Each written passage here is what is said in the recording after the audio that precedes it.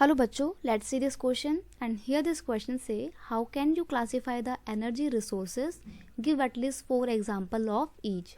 Question आपसे बोल रहा है कि आप एनर्जी रिसोर्सेज को किस तरीके से क्लासीफाई कर सकते हो, कोई 4 एग्जाम्पल बताइए। तो यहाँ पे हम क्वेश्चन का की कॉन्सेप्ट क्या है, एनर्जी रिसोर्सेज, क्योंकि हम एनर्जी रिसोर्सेज के बारे में पढ़ेंगे। अब देखते हैं एनर्जी रिसोर्सेज को कैसे क्लासीफाई किया जाता है।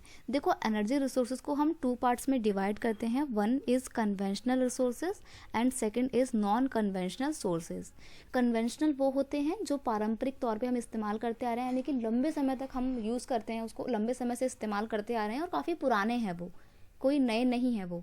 और नॉन कन्वेंशनल वो होते हैं जो अभी रिसेंट में ही इनकी खोज हुई है। They are also known as non renewable resources. Conventional source of energy को आप non renewable source of energy भी कहते हो, क्योंकि वो एक बार के इस्तेमाल करने के बाद ख़त्म हो जाते हैं। And that is why they are available in limited quantity, क्योंकि हम लंबे समय से इस्तेमाल कर रहे हैं, एक बार के यूज़ होने के बाद वो ख़त्म भी हो जाते हैं। तो इट्स मीन उनकी क्वांटिटी धीरे धीरे कम हो रही होगी ना, इसलिए वो लिमिटेड क्वांटिटी में ही अब हमारे पास बचे हैं। एग्जाम्पल के लिए कोल, कहते हैं कि अगले 200 सालों के लिए ही कोल अब इंडिया में नहीं, पूरे वर्ल्ड में अवेलेबल है। नेचुरल गैस, खैर इसको तो हमने अभी बहुत ज़्यादा इस्तेमाल नहीं किया है।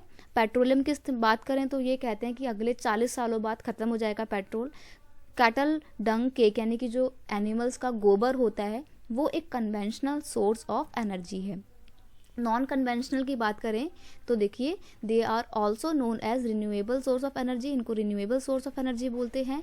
And are available in the ample amount, और ये एम्पायल अमाउंट में यानी कि पर्याप्त मात्रा में हमारे पास अवेलेबल है। एग्जाम्पल है इसके सोलर एनर्जी। सही बात है, देखो धूप ऐसा तो नहीं है ना कि लिमिटेड है, आ जाएगी कल ख़त्म हो जाएगी, ऐसा नहीं है, डेली आती है। विंड एनर्जी, हवा भी रोज़ चलती है। बायोगैस, यानी कि जो भी वेस्ट मटेरियल से आप नेचुरल गैस की तरह एक गैस बनाते हो मीथेन वगैरह के फॉर्म में, वो बायोगैस होती है। तो इसको भी आप कूड़ा करकट तो देखो निकलेगा ही निकलेगा, जब तक आप जिंदा हैं, पूरी दुनिया जिंदा है, तब तक तो वेस्ट होगा ही चीज़ें। तो वो वेस्ट मटेरियल को एक जगह हम स्टोर करते हैं तो गैसेस निकलती हैं, वो होती हैं बायोगैस। तो ये भी एक non conventional source of energy है। टाइडल एनर्जी, ये सब चीज़ें वो हैं जो कभी ख़त्म नहीं होंगी, बहुत ज़्यादा एम्पायल अमाउंट में हमारे पास अवेलेबल हैं और इनको हम रिन्यूएबल भी कर सकते हैं। तो उस तरीके से हम एनर्जी को क्लासीफाई करेंगे। I hope you understand it well. Best of luck.